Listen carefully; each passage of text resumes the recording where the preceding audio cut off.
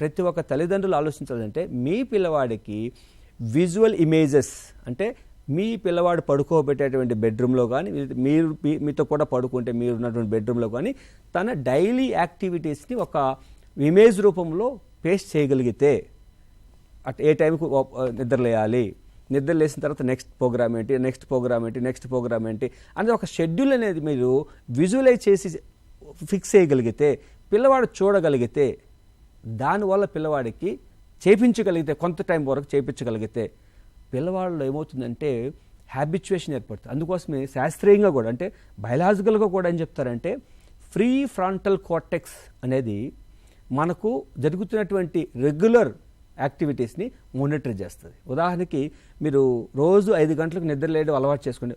ఎన్ని రోజులు కష్టం ఉంటుంది? ఒక 10 రోజుల, ఒక 20 రోజుల, ఒక 30 రోజుల తర్వాత మీరు మీకు అవసరం లేకుండా ఆ టైంకి మెలకు వస్తుంది.